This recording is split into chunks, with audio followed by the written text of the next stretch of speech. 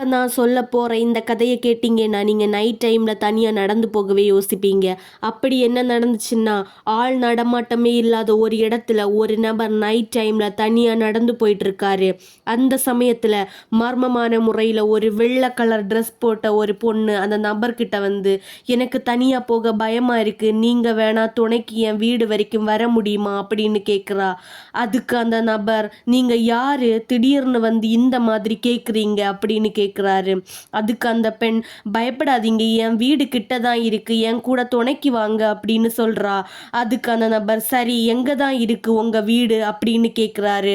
அதுக்கு அந்த பெண், அதோ அங்கே தான் இருக்கு அப்படின்னு ஒரு சுடுகாடை காட்டுறா. அதுக்கு அந்த நபர், நானும் அந்த சுடுகாட்டுக்கு தான் போயிட்டு இருக்கேன்னு சொல்றாரு. அது கேட்ட அந்த பொண்ணுக்கு பயங்கரமான ஷாக். பயந்து போன பொண்ணு அங்கேருந்து தலை தெறிக்க ஓடுறா. அப்பதான் தெரிய வருது அந்த பொண்ணு கோஸ்ட் ப்ராங்க் பண்ணக்கூடிய ஒரு யூடியூபர்னு. இதை பற்றி உங்களோட கருத்து என்ன அப்படிங்கிறத மறக்காம கமெண்ட் பாக்ஸில் சொல்லுங்க.